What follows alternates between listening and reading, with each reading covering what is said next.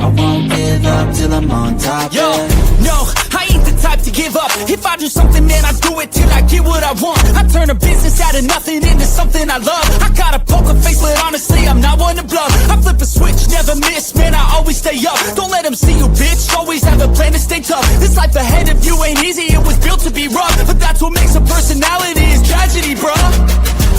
So keep your head on your shoulders. Now we ain't out here moving rocks, we out here moving boulders. Now we ain't getting posterized, we out here making posters. And we ain't got nothing to hide, we move forward like soldiers.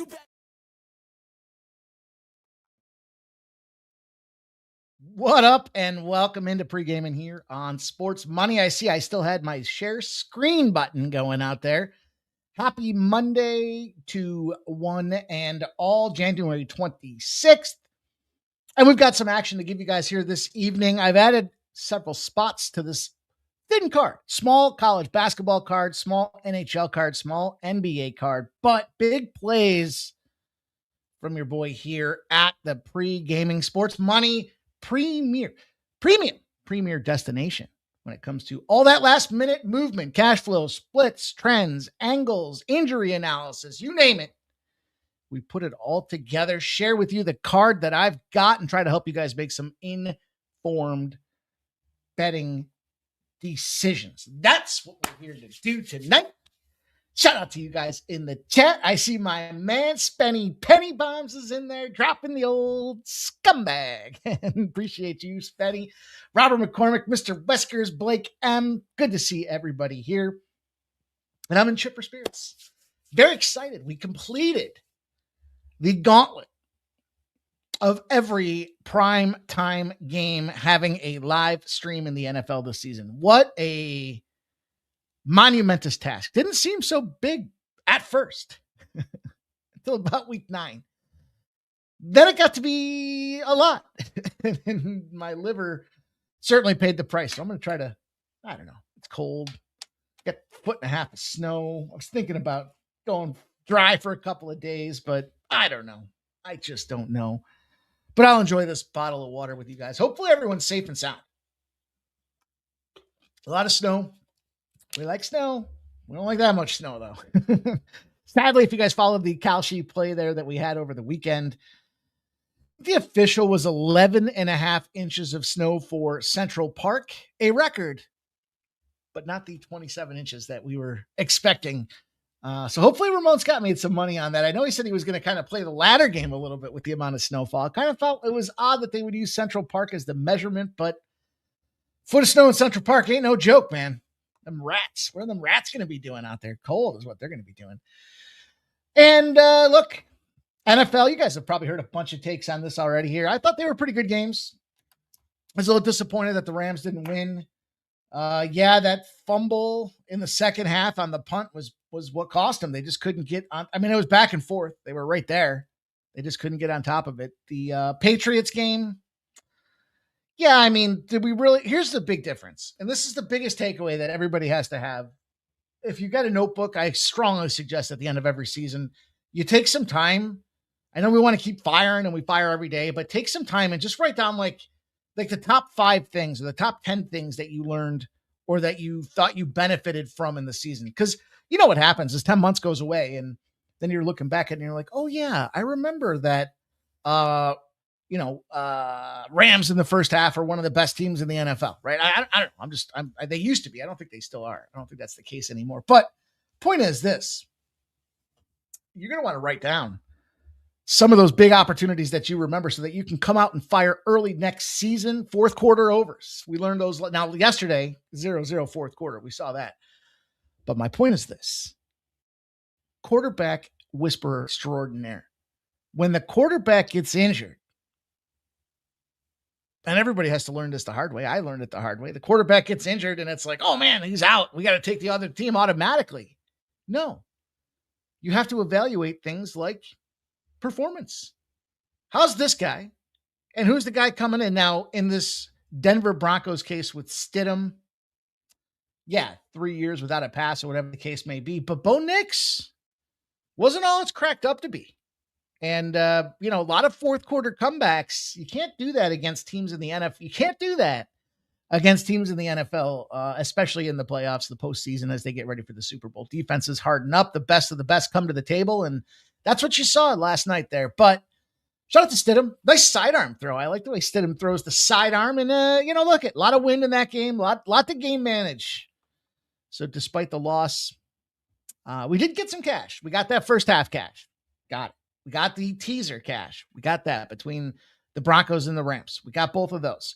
Did not get the under, nor did we get the first half, but made some cash along the way last night. So anyhow, I'm excited that football season has sunset. We'll give you guys one more show with my guy, Shark and I, the Super Bowl extravaganza, breaking it down like a pound, telling you guys where we're going to do to get paid, the trends, the angles. I'll already tell you there's some big angles on the dogs, especially if they're over 3 points.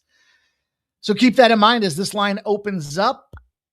Are the Seahawks good enough to take on Drake May, Mike Vrabel, and company in the New England Patriots? We'll see. Time will tell. But I think it'll be an okay game. Yeah, I mean, Mr. Wesker says, what a terrible Super Bowl. Yeah, I mean, I wish it was the Eagles and the Bills. But shout out to our Patriots fans. I know we got several. Mr. Bombs, Big Pats guy, Nasty Nate, Big Pats guy as well. So congratulations to you guys that are Seahawks and Patriots fans alike. I thought we had a really nice parlay yesterday. The instant play of the day did not come through. It was a parlay. It was 2 legs. Now, the Miami Heat that spot was good. Wrong team favored. They covered their +5 and 4.5, 5.5, whatever and a half. It didn't matter. They won outright. Big start for the Calgary Flames. They go up 2-0 and they end up losing the game in overtime 4-3. So we did not cash our free play of the day, but I thought that was a fun little angle with it being cold outside. The weather outside is frightful. So let's turn on the heat. And to turn on the heat, you need a flame. And that just made a lot of sense last night. So anyhow, disappointed outcome. I bet it. And I thought it was funny play. Funny to arrive at that play with the heat and the cold, but fuck it. What are you going to do? As we progress to the evening's card here, I'm going to keep it short and sweet. Contemplating a couple of things out there, including, do I move up to 5:30? Do you guys like the 6 o'clock slot? Do you think 5:30 gives us more time to finagle? But I know we're closer to baseball season kicking off, so that's always exciting. We've got college hoops, successful sunset of the NFL program, successful launch of the college basketball Saturday show with my guy, Mickey Mac, Daddy in the house. He came through, we fired, had quite a few winners for you guys on Saturday, 11 a.m. We're going to continue to do that through the tournament, through the big dance with these divisional plays out there. So you'll be able to get that content. And we got back into it with the UFC. Now, the start time was bobbled. Should have been 5 p.m. and ended up being 6 p.m. But cancellations and all the rest. So we're back on track with the UFC. I think we've now got 42 in the next 45 weeks after this past week, including this coming week. UFC 325 from down under. The land of the kangaroos. The land of the Aussies. The land of the NBL. And all the rest that goes along with it. So we'll be live for that. We'll be kicking it back, having a couple drinks, enjoying some live sports betting over there on Paramount. A lot of people hated on the Paramount project out there. I'm indifferent. I certainly wouldn't. 2 things. I came from a no-nonsense Fortune 300 internationally managed organization. Dealt with international policies and politics. Zero fucking tolerance. So while I wouldn't want to be judged with that dud for $7.7 billion, I also, I would think that you got to give them a chance to figure it out. First time they were doing all that stuff. But I also know if you spend $7.7 billion, someone should have to fucking pay the price and the tone for at least the multi-stream thing there, the multi-view and the main event. I don't need to see the fucking coaches yelling at their players. I don't know. If they reach out to me, I'll give them some feedback. I'll charge them for it, but I'll give them some. They've got $7.7 billion. You can reach out to me and get some input on how you can make this UFC thing better. I'm going to have to invoice you for my time. So that said, though, like I said, I added some plays tonight. So we've got the Bruins and Rangers, the Ducks and the Oilers. I added I added a spot in the Flyers and Islanders. Also, I'll give you the sharp respected betting information for that game as well. Or for that NHL card as well. Small card, like I said, the Storm's kind of wreaking havoc. NBA, Magic and Cavaliers. The Warriors and the Timberwolves. I can't recall if I added another one or not. I can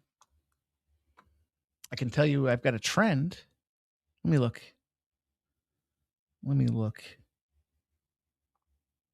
Fucking giant mic hanging down.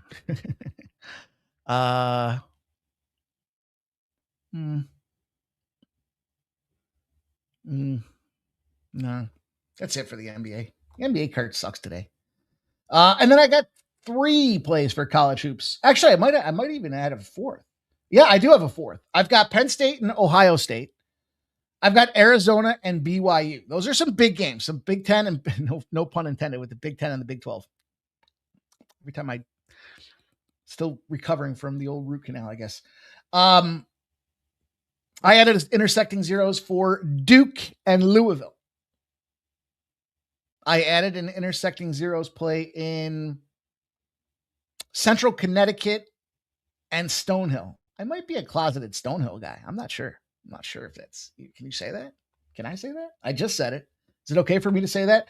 But I want to see what you guys have for your best bets as well. Of course, you know the deal. You can always get my premium action, the card that I release early, first looks to beat the books, all the rest over at Winnable. And look, we're trying to get this thing moving here. We had a nice little weekend. I wasn't too happy. I went 2-3 with my UFC plays to kick off the card. And I know a bunch of guys had reached out, like asking for plays and more action. I said, listen, you know what? We've been off for 6 weeks.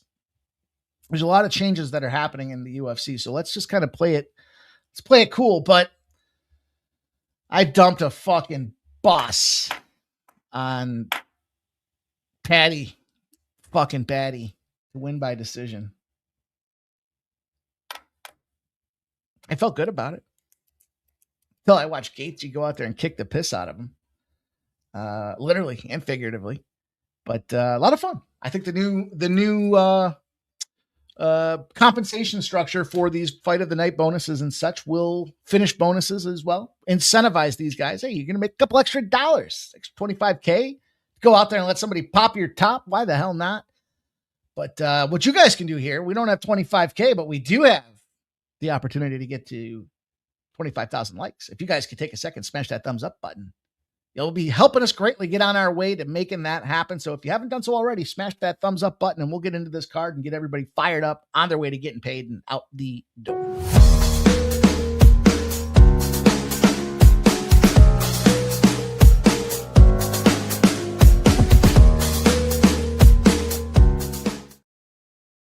Also, the dinner reportist seemed like I like moving it up to 5:30 because I want to eat dinner at 6:30. You know, at this point, this time of year, it's dark so fucking early. I'm hungry. I'm ready to go. But made a big old vat of chili for this evening, so I'm excited.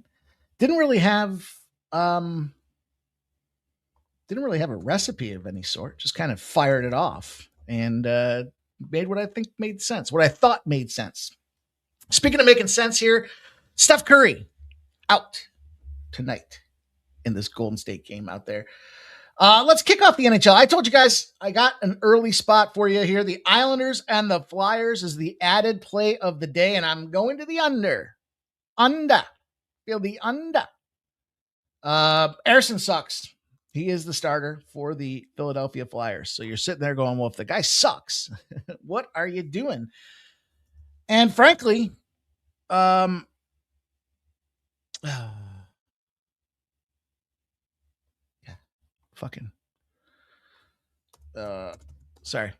Text came through. Got distracted. But yes, Flyers, Ersson, struggling. Thank goodness for Danny Vladar. But the problem is when you lose a goaltender, you can't let the other guy get flash boiled, right? And so that being said, now because of this situation where they're playing musical chairs with the goaltending position out there due to the injury, Sam Ersson's fired back. He's got a .336 on the season, goals against average. He's down to a sub-3. He's got an 86.1% save percentage. He's down to a 90 or up to a 90, I guess. So listen, 2-0-1 in the last 3. Does that mean I like the Flyers? No. I do want to point out that the Flyers did just have a pretty monster road trip. Got to give it to them. 4 games and 4 of their last 5 games were on the road. Look, they answered the bell against Vegas 2-1. Didn't see that coming. Got lucky. Told you guys I had both teams to score in the first period. Accidentally clicked on only the Flyers to win that first period. They lost to Utah in overtime, so there's a noble loss there. And then they beat the snot out of the Colorado Avalanche, dealing with some injuries in their own right now. So sound performance, but we do have a team coming off a shutout in the New York Islanders. Just lost 5-0. Another run for this Buffalo Sabres team out there. Wow. Whoa. What is going on out there with Buffalo? But they're going to go to Ilya Sorokin. He's got a 2.51 goals against average. Did have a 4-1 loss against the Kraken the other day. That game still easily stayed under the number. And look, maybe a little opportunity to bounce back. He started out 14-7-1. Ilya Sorokin.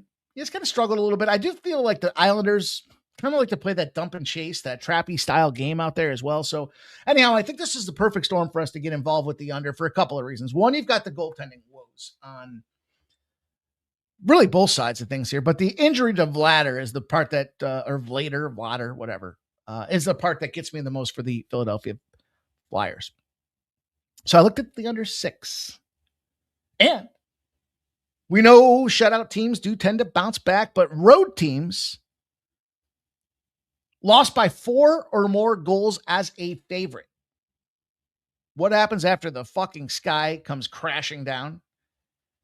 You kind of build it back out from the back of the net, and the under, after you get smoked on the road as a favorite, has 260 wins, 153 losses over a 413 game sample. And that's the way I want to get paid. I'm going to open it up with an added play with the under 6. If you can only get 5.5, so I'm cool with that. Maximize the cash, but I always like a 6. We don't see a lot of these anymore. We talked about this early in the season because these books want to pay out 5.5s or 6.5s or get paid. But when we have that opportunity for a 6, maybe it's because the line moved a little bit. Maybe that be the case. Maybe not. But either way, I want to be involved in that business out there. So kick me off. No graphic. Came right out firing. But we'll get to this next game here and talk a little bit about the Boston Bruins and the New York Rangers. Man, oh man. Rangers suck too. And they suck at home. So that's how we begin this process here. We're looking at this Boston Bruins side of things with bated breath here. You know, we look at the goaltenders. Always start with the goalies. I don't love Giannis Korpisalo, but I do like that he's back. Jonathan Quick on the other side. Jonathan Quick, is it fair to say he's struggling? There's things I look for in the profile. Igor Shesterkin's hurt. So what do? You bring in Jonathan Quick. He's now he's been elevated to the number 1. Well, he doesn't belong in the number 1 position, 3-11-2 with a 3.19 goals against average. It's like a broken record versus what we just talked about. And if you need any more proof, then you look at the situation where you see Shesterkin goes down quick. Back up. Now 2.14 goals against average, 92.4% saving over his last 10 games. Now they're still losing. But I think you got an opportunity to look at the defensive-oriented New York Rangers. We know at home they don't score goals. They're losing. You're not winning games if you're losing. So that being said, also, I do believe this is going to be where things start.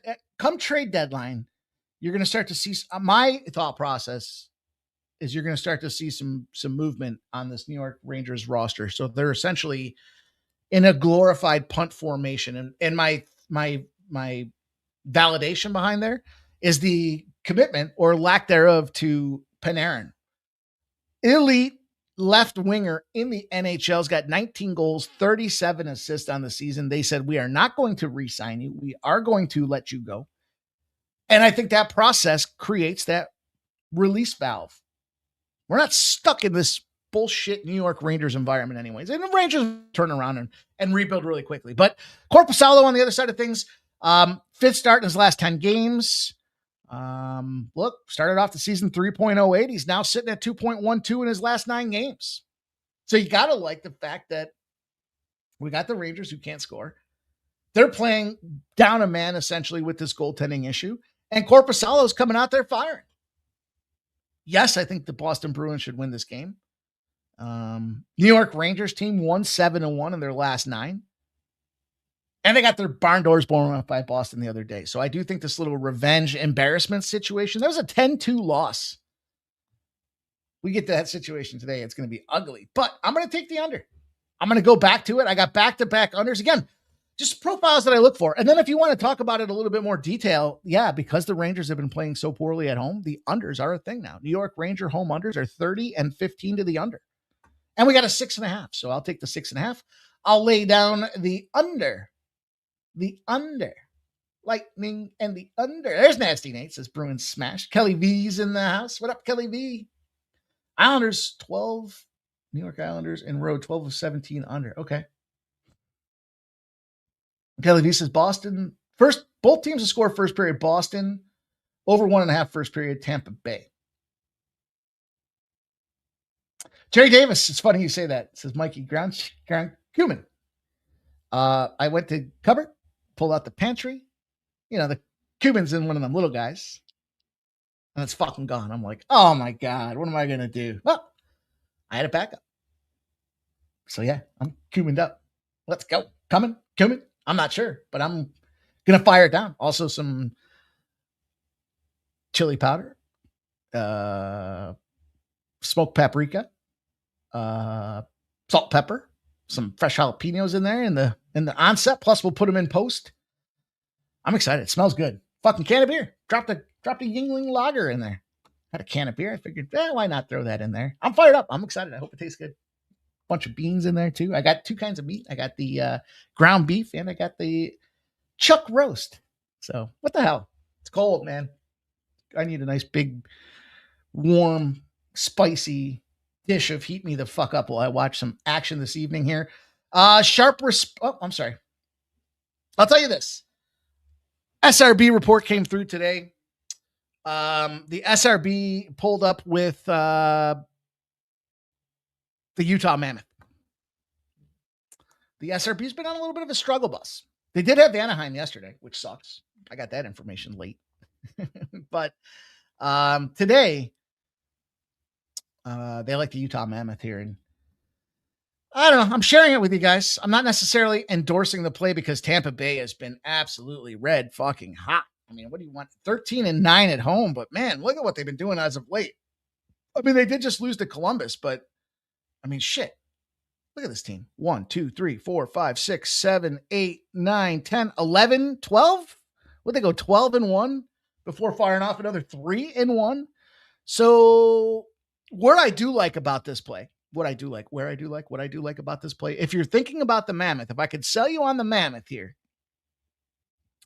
would be it's an ugly scheduling spot for the Tampa Bay Lightning. Plus, they were just up in Columbus. They got smoked 8-5.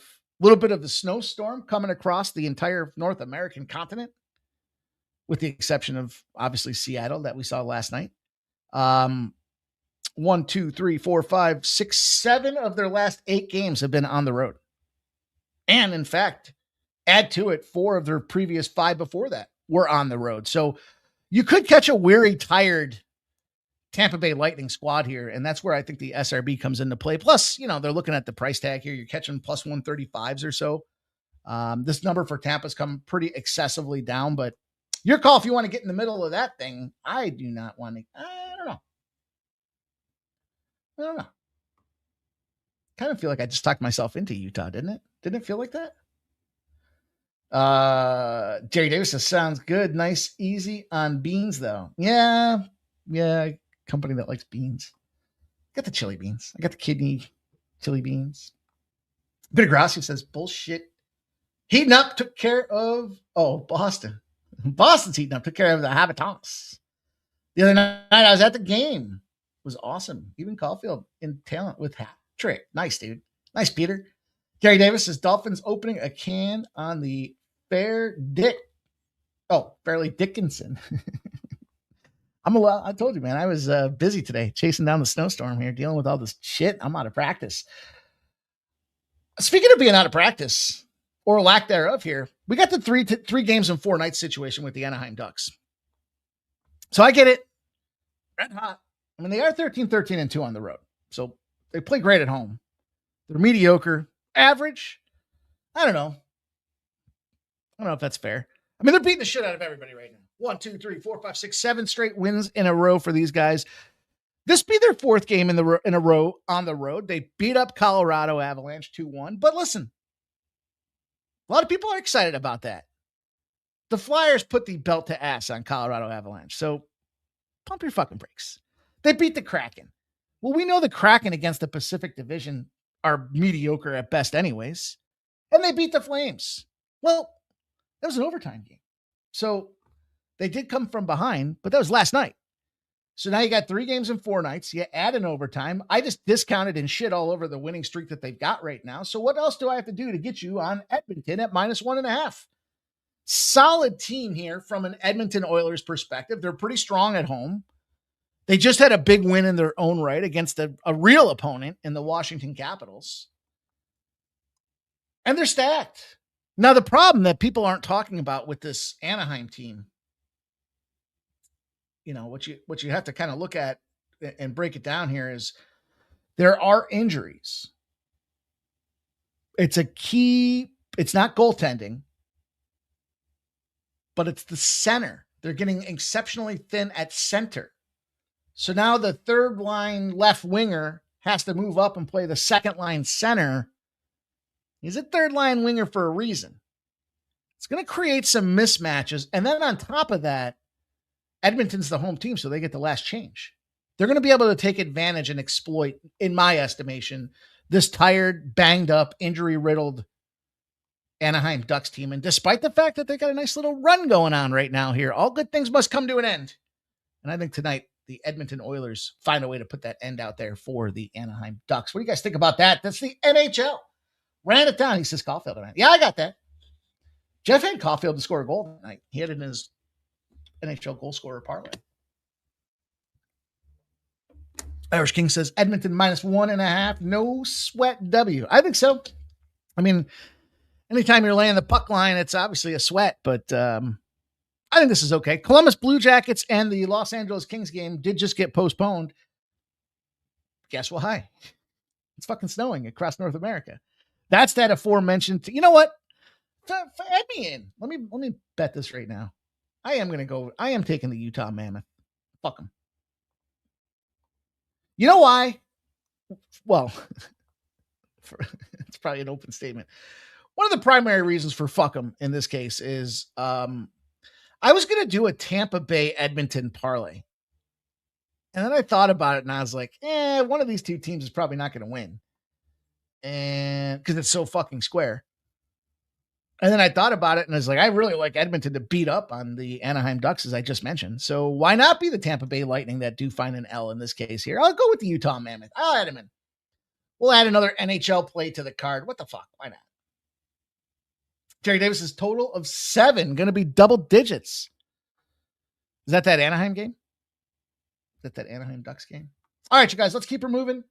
Smash that thumbs up button if you haven't done so already. We're moving into the second segment here of the card is going to focus in on the NBA. Now, I got the IGPOD. You'll see it as the last slide out there. It's more of a reminder for you guys to go check that content out with some great trends and angles, I think, to validate. You guys know the way I cap, the way I put it together for you guys. And it is out there for you to check out. You're not going to want to miss it, because it is one of our favorite opportunities. The Orlando Magic and the Cleveland Cavaliers will kick us off here for the NBA. A small NBA card. I told you guys this early. And I don't like it. Grizzlies and Rockets, Lakers and Bulls. I'll tell you this. And then I just told Trailblazers and Celtics, Wolves and Timberwolves. Warriors and Timberwolves. I'll tell you this. First of all, I got fucking absolutely scumfucked on the Pacers-Hawks game today. I had the Pacers +6. 3 quarters looking good. 4th quarter explosion, meltdown, nuke job, whatever you want to call it. So I did fire back, and I had the under in that Hornets and Sixers game. That one looked sweaty for a minute, right up until the end. But no Steph Curry in that Warriors-Timberwolves game. We're going to talk about this. Also, I have a side for you guys over on the IG play of the day.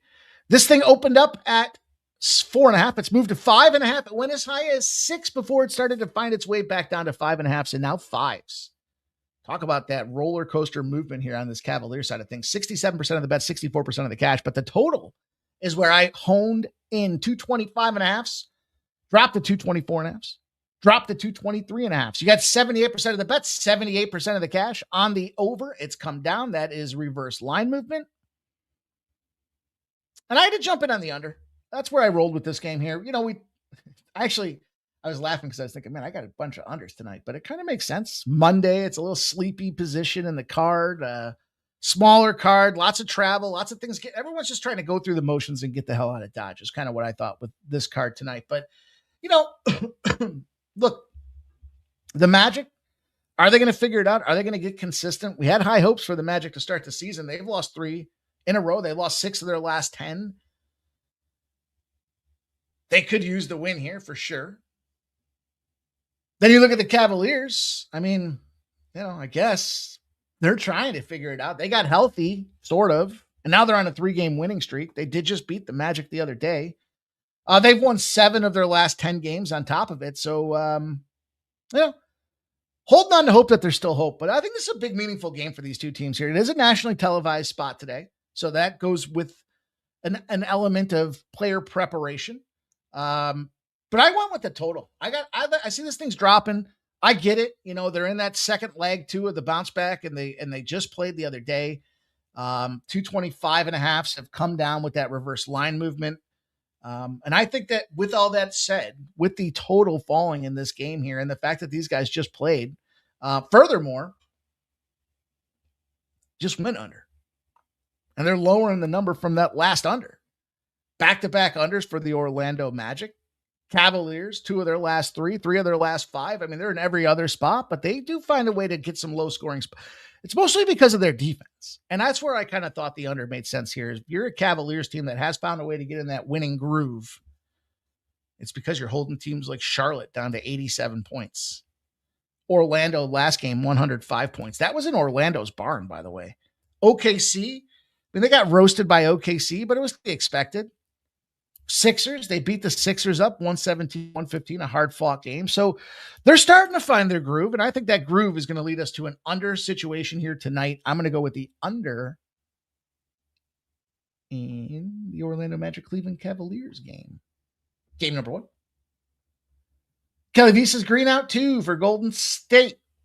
Gary says, hey, Nate, go Pats, baby. Celtics second quarter for Nasty Nate. He doesn't like laying points with the Cavs. What up, Gary, my friend? He says, what's up, my friend? What's up, Gary? Hope you're doing well, my friend. Cash that shit. That's awesome, Gary. Appreciate you dropping in, my friend. Let's go. Let's talk about this last game here for me on the card. And it's the game we're talking about. We're hammering on it. I told you, I feel like I had a lot of unders today. You know what's funny? It's like, I don't know how you guys, when it comes to capping the card, but for like me, when I start looking to, do I have a lot of patterns? I'm really bad with this with the NFL too. It's like, did I take a lot of road teams? Are all the road teams going to come through and dominate? Right. Then I start looking and I'm like, all right, I got a lot of unders today. Then I started thinking about it and I was like, I get it. I get why we got those unders out there. Kelly V says Kobe Bryant death anniversary today. Oh, that's a shame. Saw what the Lakers didn't do the last time they put the statue out there for him. But I like the under. And let me give you the splits here real quick. You know, obviously, we just talked about everybody sitting. This line continues. I mean, it's dropping now. Jesus. 234.5. It's down to 227.5. 75% of the bet, 75% of the cash are on the over. It's gone from 6.5 to 10.5 with this Timberwolves side of things here. Obviously, we can explain it. We know what's going on. So I talked about the quarterbacks in the situation with regards to QBR and performance. And I think I was damn near 100% this season when it came to backup quarterbacks coming in there and covering. If they covered, I was probably on it because we looked at the ratio. It's not like a Josh Allen gets hurt and they're bringing in Nate Peterman, right? I mean, it's quarterbacks were struggling to begin with, and they still found a way to, plug the gap. But when you look at injuries, when it comes to the NBA or players sitting, you got to question how many points are they worth? How many points is Steph Curry worth? How many points is Draymond Green worth? I mean, Draymond Green seems like your team's better without him on the court, but something going on that they like this guy. Maybe he's got photos. I don't know. Maybe he's got photos of what's going on over there in Golden State. But this is look. It was 7.5. I almost pulled the trigger. It was 8.5. I still almost pulled the trigger. It is the spot. The bounce back, duplex, beat 'em up situation. And I get why Golden State's sitting everybody. They just fucking thumped on the Timberwolves, 111-85 in their own barn. So there's that immediate bounce back revenge opportunity, but they just got busted up by almost 30 points, 5.5 point favorites. Back-to-back unders. And that's where I want to get involved with here. Give me the under. Give me the lower scoring affair in this one. I'll tell you this. It comes down to defense. First of all, non-divisional unders have been reigning fucking supreme. They're 50-17 over the last 67, 9-1 in their last 10. When you don't see those teams very often, you're just kind of phoning it in because we're seeing that what really matters, they push up the they want to get into the wild card positions out there. They want to get the play-in positions out there. And so I think they sit a lot of guys and they kind of put them back in for their own divisional matchups is what we're ultimately seeing. But that being said, hot home defenses against a high-scoring team, the defense at home tends to prevail as well. 266-207, but 9-1 its last 10 spots out there. The hot home defense fits this criteria. It was 231.5. Maybe another benefit to jumping in on the Win Club, because I was able to give that out at 231.5 this afternoon at 2:59 p.m. So right at 3 p.m. In 3.5 hours, it's moved down that many points. I'd still take it. Wouldn't scare me off of it. I get it. And we can understand why the points have come down. Nobody's playing for Golden State. They're phoning this one in. Hey, Davis, BYU, Corpus Christi, and Duke, my favorites, besides the two that have already popped. Let's go.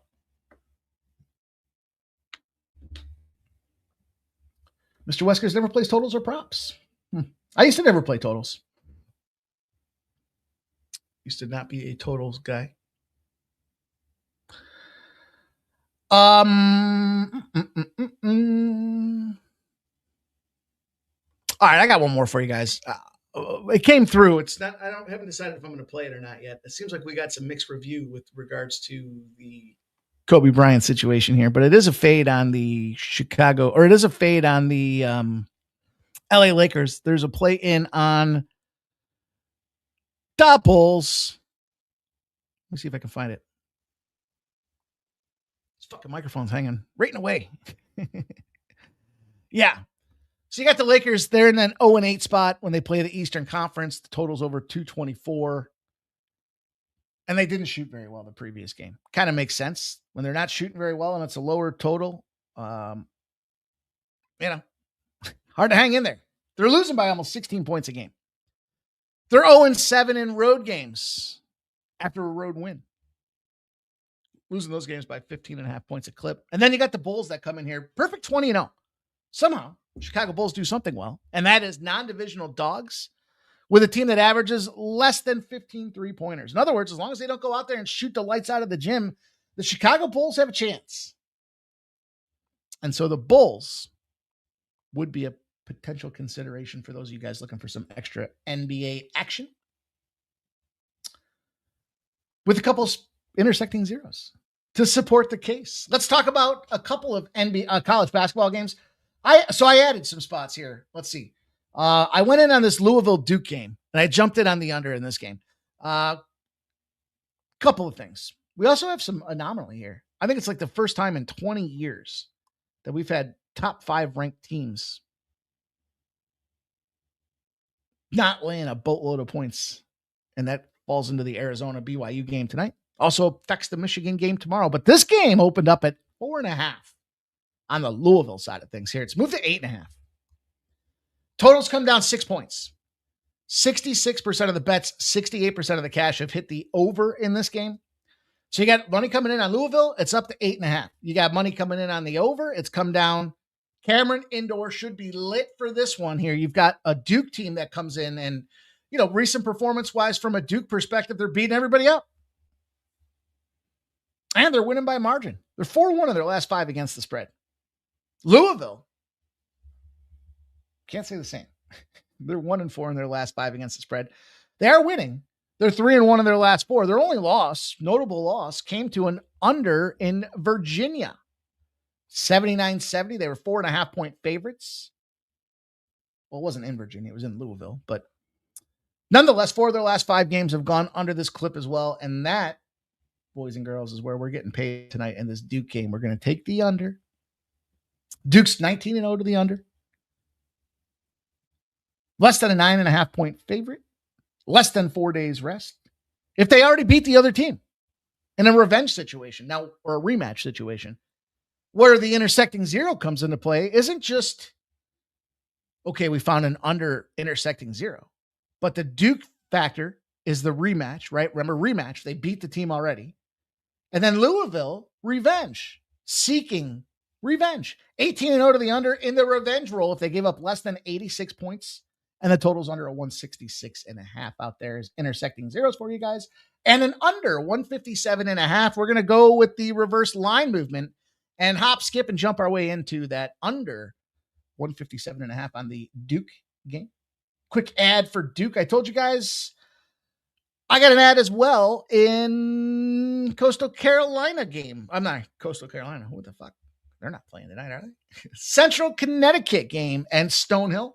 Open up at -1.5, 90% of the bets, 92% of the cash. It's funny. I was laughing with C-Mac after we talked and did the show the other day, because it was like these games that have 700 ticket counts are the ones I want to be involved with here. But surprisingly, this Central Connecticut Stonehill game's got almost 5,000 in its ticket sample. 64% of the bets, 62% of the cash are on the over 136.5. What do we do? How do we approach it? Well, we're going to go to the under. Another under. I know if you guys don't like unders, tonight's a tough show for you because, I think it's just that sleepy little situation on the card. We're seeing 136, but predominantly 135.5s on the book, and I'm good enough to take those. I'm good with the 135.5s. We've lost an initial point, but I'm not one of those guys that's like, we've talked about this. I can't not give it out to you guys in this case because it's moved 1 fucking point. The average and the margin is why we've been so successful. We're finding 10 points of margin on both these teams in the under. Stonehill, 9-0 to the under in the dog roll against a team that averages less than 8 3-pointers per game. Think about it. They're not blowing up the score by shooting the 3, sinking the J. And that's averaging 125 points total. So 135.5, we're seeing 125s. That's a 10.5 point margin. Then we look at Central Connecticut. They're 9-0 to the under. Less than a 6.5 point road favorite. Total over a 130.5. And they're averaging 126 per game in that spot. Might as well call that one 10 as well. So we got some double-digit margins out there. They're 8-0 to the under. If they're playing a team that's got less than 6 days rest after a spread loss with less than 12 assists. In other words, they were tight. They kind of shit the bed. And what do you do after you shit the bed? You go back to your basics. You focus on defense. And they're averaging 123 points a game in those spots as well. So plenty of margin out there for you guys in the Stonehill Central Connecticut game. We'll take the under 135.5. I got too many tabs open. Lost track of where I was. What do you guys think about that? Let's go. Jover's in the house. What's up, Jover? Jerry Davis says, Mikey, only difference for Louisville is their best player came back last out after missing 6 to 8 games. Okay. Jover still at work. but he likes the Mammoth Lightning first period over 1.5 and the over 6 from our guy Jover. Be careful up there in the lakes of Minnetonka, Jover. Kelly V didn't bet it, but Penn State team total under. They are poor.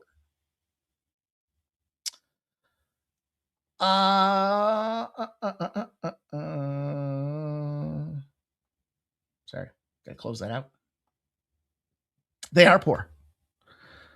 Are they going to not win a game in the entire Big Ten after tournament team playoff aspirations? Are they going to go out there and pull the old no-show? I don't think so. I don't think they're going to win this game particularly, but this is a tough schedule spot. This could be the sandwich spot of the day. Bad scheduling situation. They just played Michigan. They just got thumped by Michigan, 74-62. Okay. That was at Michigan. They come back home for this little Penn State pit stop before they go on the road against Wisconsin, on the road against Maryland. Now, Maryland doesn't really scare anybody, right? But then they come back home for that rematch against Michigan. And this is where they can overlook this Penn State team. Now, the problem for me with Penn State is they do suck. Hurts for me to say that because I love Penn State. But I like them in the first half. Keep in this game. Would it surprise me to see them cover the spread full game? It's that last 10 minutes that fucking they suck. Like they'll play 30 strong minutes and then that last 10, they just fucking implode. So yeah, it would surprise me to see them win. But I just thought this one teed up. Look at the rate. Look, I mean, look, I'm telling you the schedule. I'm telling you why it makes sense to me. And in a small scheduling spot, in a small game slate of games, we have an opportunity to take advantage of a shot like that. So I'm going to take it. Mr. Wesker says Maryland scares me. No, it doesn't, Mr. Wesker. Stop it. Stop it. 15th in Big Ten. They're 8-12 on the season. They're fucking losing to everybody. The only team they beat is Old Dominion. They lost to. Actually, they beat Penn State. That's their only win in the last month and a half. So Penn State's that bad. But I'm going to take them in the first half because I like the scheduling spot. Let's see. So I gave you guys quite a few more than I thought I would add here on the card tonight. So some of these came off of the winnable premium plays as well. So all good in the hood. Let's talk about, let's see.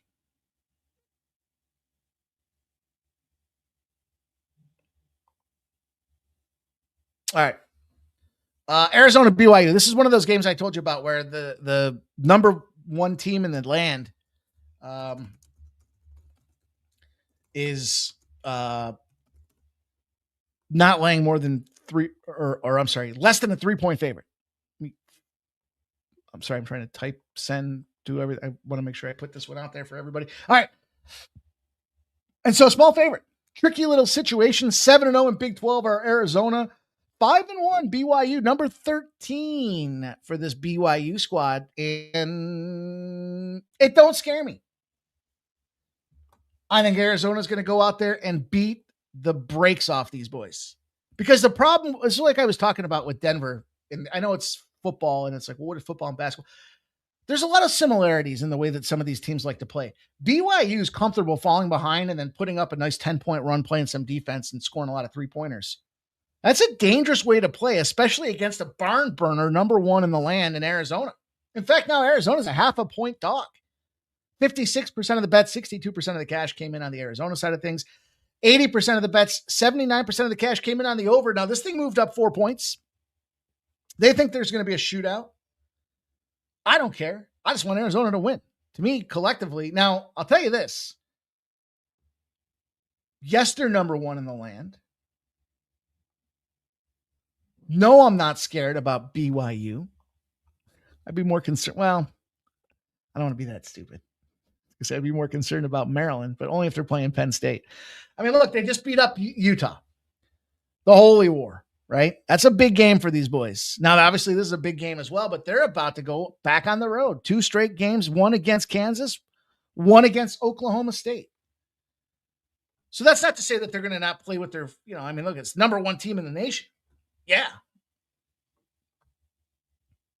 Big game, big opportunity. I just think this is one of them situational spots here. Look, Arizona's not afraid to run and gun. Oh, by the way, Penn State, 7-0 when they're a dog of more than 10 points and the total's over 140.5. I meant to share that little ditty with you guys because that kind of validated my thought process on Penn State should be able to hang in there at least for the first half. It's that last 10 minutes. But I mentioned Arizona and the fact that they can run and gun with the best of them. They're 7-0 to the over. If they made more than 8 threes the previous game and over 85 points, that should scare the shit out of BYU. You just played Utah. Okay, big divisional rivalry game. You already beat them once. So, in all fairness, you should have won that game.